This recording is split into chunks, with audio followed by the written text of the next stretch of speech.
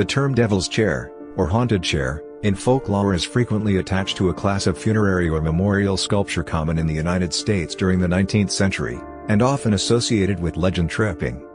19th-century graveyards sometimes included carved chairs for the comfort of visitors. In this function, the object was known as a mourning chair, and cemeteries have since provided benches for similar purposes, most often movable units of the type used in parks, but also specimens in the tradition of the carved chairs. Some carved chairs were probably not intended for use as anything but monuments, while the monubench is still commercially available. Once the original purpose of these chairs fell out of fashion, superstitions developed in association with the act of sitting in them.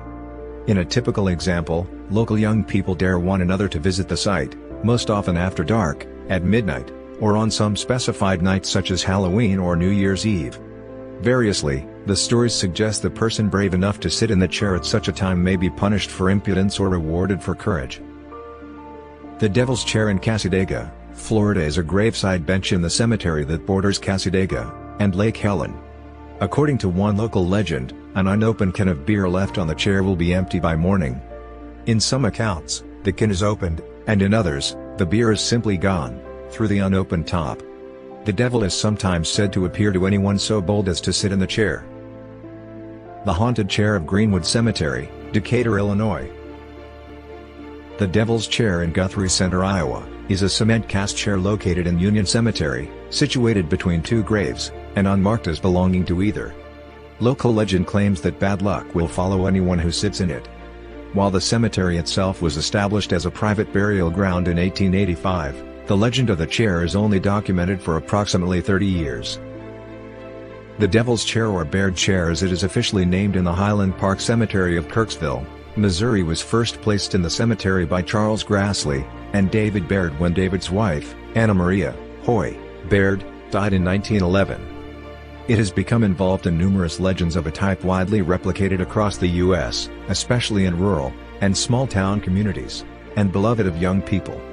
Some versions say that something dreadful will happen to the person so bold as to be seated in it at midnight, or on a particular evening, such as Halloween. A hand will emerge from the grave, and drag the impious one down to the underworld. Other versions suggest the intrepid one will be rewarded. The chair itself was sculpted out of concrete by Charles Grassley of the Baird and Grassley Granite Work of Kirksville, Mo., and placed as a memorial for Anna in 1911. 1 year later David Baird died, and was buried beside Anna. This chair acts as their grave marker. Oakwood Cemetery in Syracuse, New York contains a child-sized specimen. The Duncan Monument in the Fletcher Cemetery, Fletcher, Ohio appears to be a carved headstone rather than a mourning chair intended for use by cemetery visitors. The empty chair in Hope Cemetery, Barre, Vermont is actually a sculpted gravestone rather than being intended as a seat. However, the usual legends have grown up around it. In Bonaventure Cemetery located in Savannah, Georgia, the grave of famed music writer Johnny Mercer is formed in the style of one of these seats.